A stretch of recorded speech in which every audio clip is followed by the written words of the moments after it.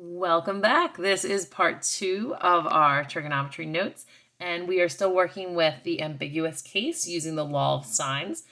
We already worked through these 5 examples by using our flowcharts and discovering what the ambiguity was. So we wanted to know, was there no triangle? Was there one triangle? Was there 2 triangles? Now that we know how many triangles there are, we're going to solve them. If there's 2 triangles, we're going to solve both of them. If there's 1 triangle, we'll just solve the one. If there's no triangle, we don't have to solve any. But let's go ahead and do these 5 examples and see what happens now that we've already done our flowchart planning. All right, example 1, n is 31 degrees, e is 7, n is 6, and our job is to find angle E. Sorry, my video is blurring out here. There we go. All right, we have an N, we have an E. Don't actually have a third letter, so we can put whatever. I'll use a Y this time. I think I used W last time. All right, N is 31 degrees. E is 7, and N, side N that is 6. And again, we know that this is a side-side angle ambiguous problem. We already did our flowchart, and we revealed there will be 2 triangles. So I'm going to have my first triangle, NEY, NEY, and this will be my first triangle. And then I am going to have my second triangle, NEY, NEY. That will be my second triangle. Now I already know N is 31 degrees in everything. I already know little n equals 6. I really should do equals here, but my marker is a little thick. Okay, and I already know that E is 7. All right, here's what I don't know. This, and this. This, that, and that. And remember, my main goal is to find angle E, but there's 2 of them. All right, so what should the plan be? We know we're going to use law of signs. This is an ambiguous question. We haven't done it yet. Let's do it. Here's my favorite pair, just like I always find with law of signs. Going to use the N's, and then it would make sense to use the E's next. So let's do it. So let's do the sine of N over N equals the sine of E over E. And let's fill in all the important info. So I'm going to say my N is 31 degrees. My side N is 6. Sine E, I don't know what that is, over side E, which is 7. And just like before in law of signs, I'm going to cross multiply to solve. I'm going to bring my answer over here so I don't run out of room here. So I have 6 times the sine of E equals 7 times the sine of 31. So I want to get sine E alone here. Let's go ahead and divide by 6. Divide by 6. So I have the sine of E equals 7 times sine 31 over 6. Uh-oh. What do I do here? Remember one of our reminders from our first part in this lecture. To find an angle, use inverse trig. So to find angle E, I am going to do the inverse sine of all of this. Now, if you want to type this in your calculator and get a decimal, that's fine. Keep it to 4 decimal places. I'm just going to leave it as is and just bring this down. I'm going to do the inverse sine of 7 times the sine of 31 over 6. I'm just going to do the inverse sine of all that. All right, so let's go ahead and type that in. I am in degree mode, which is important. So I'm going to type in the inverse sine, because I'm finding an angle, of 7 times sine 31. I better close that inside parenthesis. Divided by 6, close that parenthesis. And I am getting for angle E 36.9 degrees. So let me fill that in. This is my first triangle. 36.9 degrees. Now, if you do not like typing in all this craziness, then go ahead and do what I said and get a decimal answer for in here before you do inverse sine. So why don't you figure out what 7 times the sine of 31 divided by 6 is? It's about 0.6009, because you want to round that 4th decimal place, 0.6009. Then just do the inverse sine of 0.6009. You still end up with 36.9. Are you a tiny bit less exact? Yes, but when you round to the nearest tenth, you're still going to be right as long as you keep those 4 decimal places, which is totally fine. So we have our first angle, which is 36.9. Now, do you remember on the notes I said, once you find the first angle, immediately freeze and subtract 180 to find your other angle. So I'm going to freeze at this 36.9. And on my calculator, I am simply going to do 180, take away 36.9. 143.1 is automatically my other angle E. Now, I've actually already completed this problem at this point because my whole goal was to find angle E, and I found angle E in my first triangle and angle E in my second triangle. So we're going to go ahead and move on to the next problem. Before we do, I just want to show you that it would be very easy to find the third angle. In the first triangle, look, you have 31, you have 36.9, you subtract that from 180, boom. I typed it in backwards. I want to make sure you're seeing it on the video. You subtract it from 180 and you have 112.1. Totally works. Same thing on the second triangle. You use 31. You use the 143.1. Whoa, you've used most of your 180. However, you still have room for another 5.9. Then we would use law of sines a second time, and we would calculate the side, and we would fill in y if we were solving both triangles. All right, but let's move on because I want you to see a couple of these examples. I should point out there's two triangles because both of these can add to 180. If I was already over 180 trying to do a second triangle, that would mean the second triangle doesn't exist. I wouldn't be able to do it. Or if my calculator errored out while I was working, that would mean there's no triangle that exists. But let's go ahead and see a second example. Here's our second example. We already put the flowchart in. We know there's one triangle. So I'm going to go ahead and draw my ABC triangle. I don't know that it's A because that side's not labeled, but I'll put A there. Here's a 9 and C is 14. Since I know there's only one triangle, I'm just going to go ahead and write ABC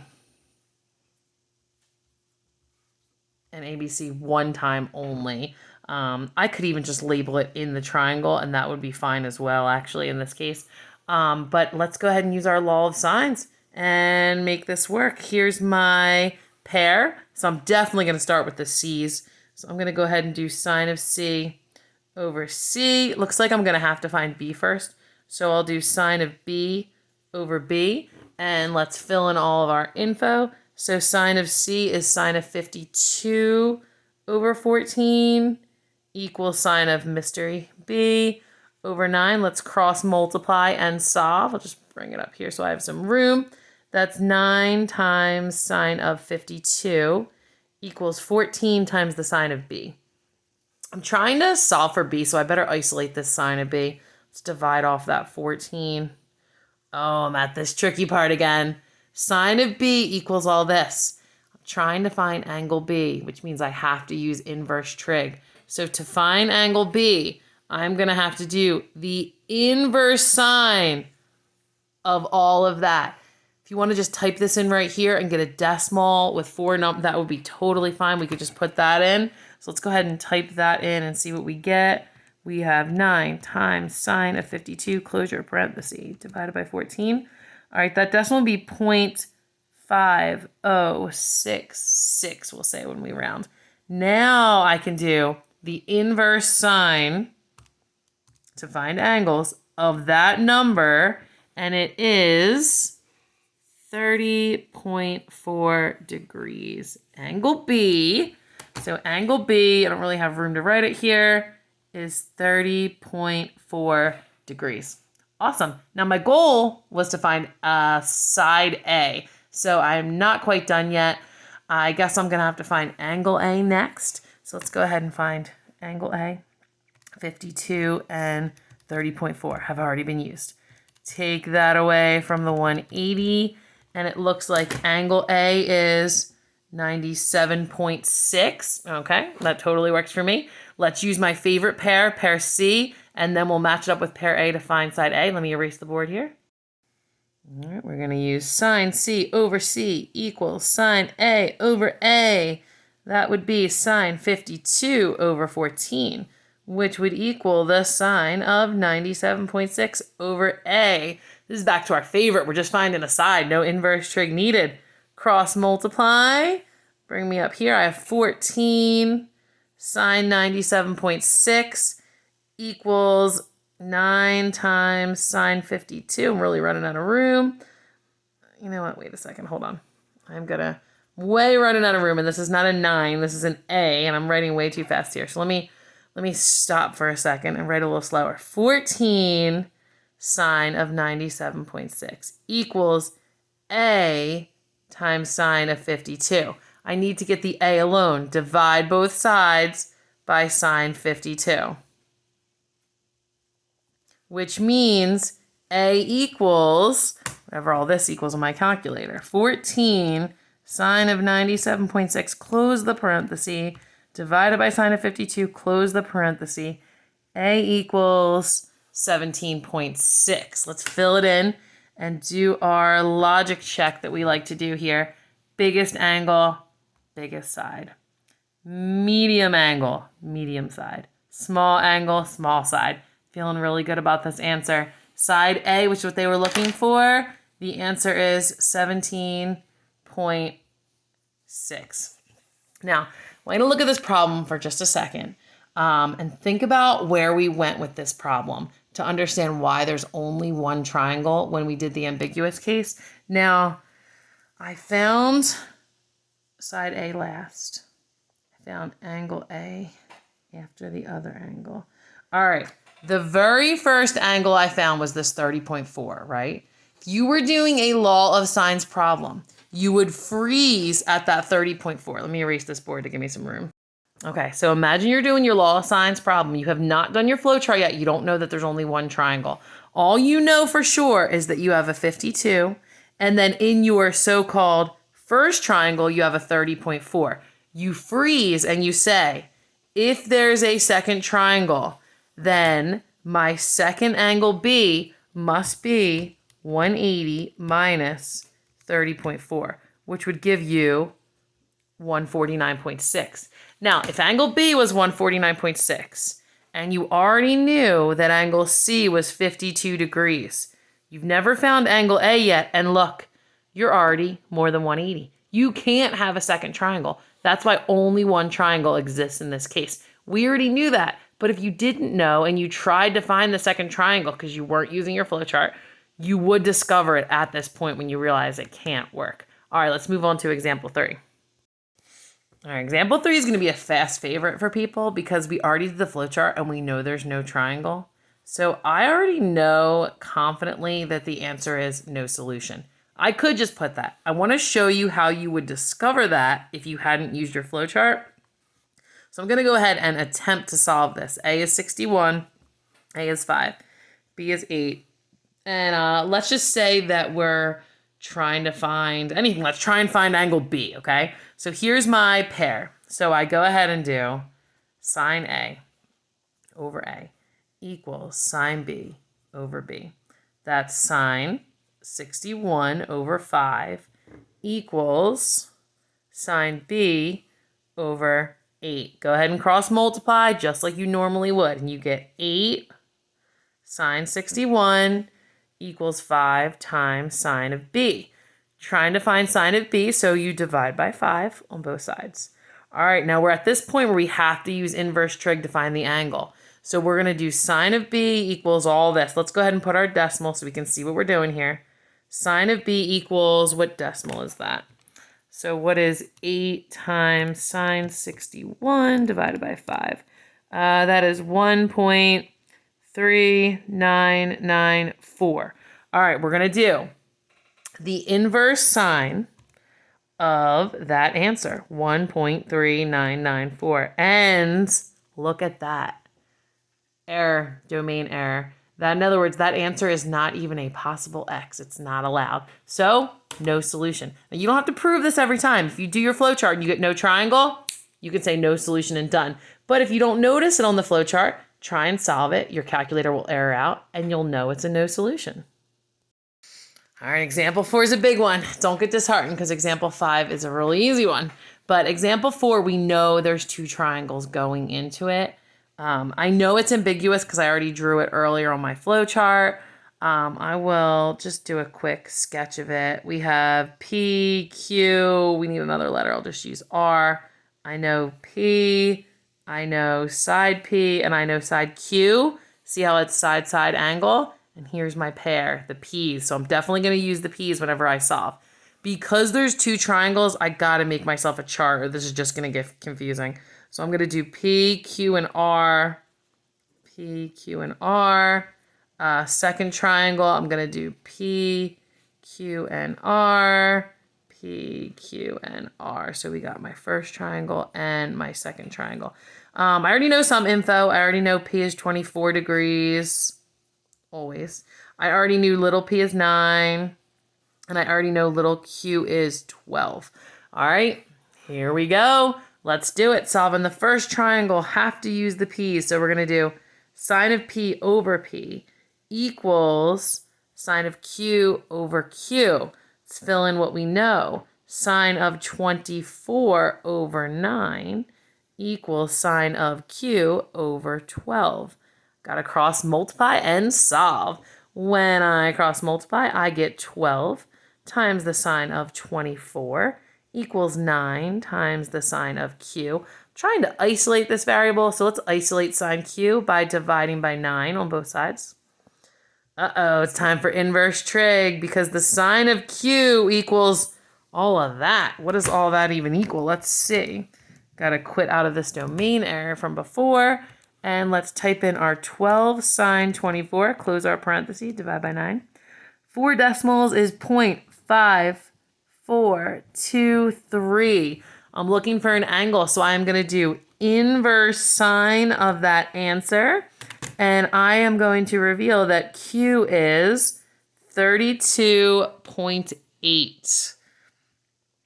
32.8. Now, when there's two triangles, immediately stop what you're doing. As soon as you find the first angle and you do 180 minus that angle. So 180 minus 32.8 is 147.2. That's my other angle in my second triangle. So now I have a first triangle to work with, second triangle to work with. Finding the third angle, piece of cake. Triangles are always 180. So in triangle 1, I use 24. I use 32.8. Take 180 and subtract it from that. And my third angle in here must be 123.2. Let's look at triangle 2. I already used 24. I already used 147.2. Wow, that's pretty close to 180. But I still have some left over. Here's my leftover. I have 8.8 left over. All right, awesome. I got to finish solving these. My last step is to find R. So let me set up those law of sines ratios. Well, just like before, my favorite pair is pair P. I'm still going to use that whenever I do my law of sine ratio. I'm going to use sine P over P equals, I'm trying to find R, so let's go sine R over R. This is going to be for triangle 1, so I'm focusing on this triangle right now. So I'm going to do sine of 24 over 9 equals the sine of 123.2 over R. I'm going to cross multiply to solve. Let me give myself some space up here. So I'm R times the sine of 24 equals 9 times the sine of 123.2. I want R to be alone. Let's divide by sine 24. Cross this off. And R equals, let's see, 9 times the sine of 123.2. Close parenthesis, divided by sine of 24, close that parenthesis. R equals 18.5. Triangle 1, 18.5. Let's do a quality check for triangle 1, and then we'll finish off triangle 2.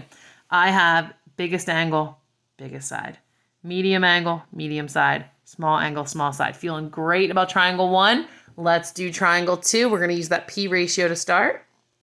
All right, so triangle 2 this time, it's sine of 24 over 9 equals sine of 8.8 over R. We are, again, in our cross multiply situation. So I have R times the sine of 24 equals 9 times the sine of 8.8. I would like to get R alone, so let's divide off this sine 24.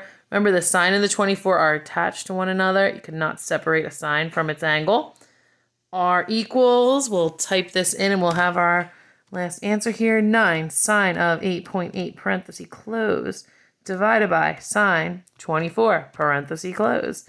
This R equals 3.4. I was thinking it was going to be smaller. All right, so let's take a look here and do a quality check. My smallest angle, this is really small, has a small side. My medium angle, medium side. My large angle, large side. Feeling really good about these answers for example 4. Let's go to our final example, which is going to be really quick.